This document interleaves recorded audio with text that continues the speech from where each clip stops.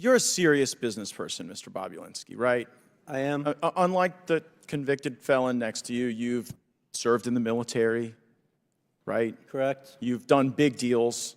Correct. Complicated deals, deals that involved foreign businesses, right? Correct. And so what I'm trying to figure out is when you came to realize that you showed up at the wrong party.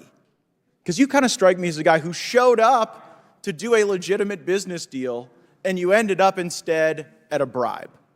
And so as you're looking at CEFC, as you're having this meeting with Joe Biden, as Hunter Biden is introducing you to his web of contacts, when did you go from serious businessman Tony Bobulinski working to make a buck in a capitalist system to a guy worried that you had been unwittingly ensnared into Hunter and Joe Biden's bribe operation with the Chinese Communist Party?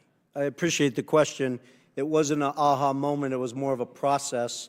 I am a serious businessman, demonstrated by the different deals I've done around the world and the success of them. But it started, remember, the Biden family wasn't my entry into this. James Gilliar, who I'd known for over 10 years, who traveled the world doing business, kept trying to get me involved. I really had no interest.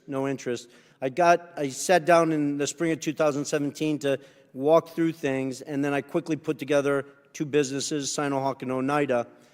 After the meetings in Los Angeles with Hunter and Joe Biden, it started to sort of, bells and whistles started to go off when Jim Biden used the term plausible deniability. Plausible deniability is the first moment, straight from the lips of Jim Biden, right on the heels of your discussion with Joe Biden, where you start to think, this might not be legit. Correct. And my lawyers at the time could attest to that because I reached out to them saying, listen, I'm a former naval officer.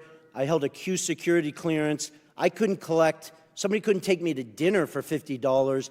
This just does not make sense to me. But you proceed, and then later this thing starts to get a lot uglier. What's the moment you go from, okay, your spidey senses are up, you're analyzing this, to now you know this is a crime that you are bearing witness to? The end of July, when the Biden family put them right front and center in the middle of a $9 billion transaction between the Russian state-owned energy company Rosneft and CFC, a surrogate for the Chinese Communist Party. And was there ever a time in the deals you were involved in where you started to see the money move around the legitimate business enterprise and toward the pockets of the Bidens? Well, the challenge, Mr. Gaetz, with that is at the time they moved the money, right? You guys have the text messages where Hunter Biden shook down Director Zhang, but I was not aware of that. I spent a year asking questions of, this doesn't make sense to me, where's the money? I stepped in and had lawyers work to dissolve the two entities.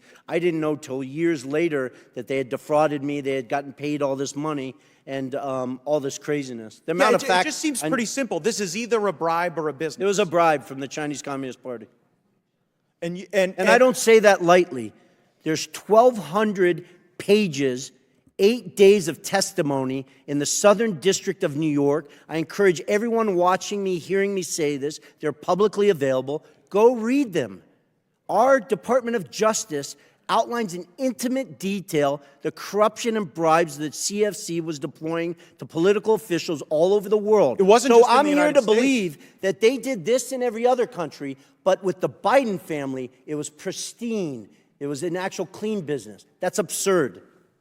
And you came to know that, and that's when you blew the whistle, right? That's when you started to get worried, when you saw Joe Biden. I stepped away from it. There's the whistleblowers. I can't give them kudos enough for the bravery and the risk they put their family in.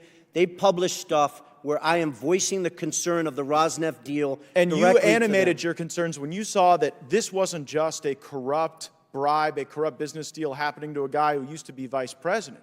When you see that Joe, everyone's made a big deal like you're a bad guy that you showed up at the debate, or you're trying to give life to these facts that you've observed, that it's so bad that you did that during a political contest. But observing this, it kind of seems like it would be unpatriotic for you to stay quiet. Of course. And so, I mean, Joe Biden running for president clearly motivated the Chinese to consummate this bribe. Did it also motivate you? Well, I didn't want to go public. I wanted to simply unload all the facts, personal experiences. It's funny, there's 18 people on this committee with law degrees, including, I think, Mr. Swalwell. Evidence, firsthand testimony, is the most powerful evidence you have. I've given it, Mr. Galanis has given it, along with a whole host of other witnesses.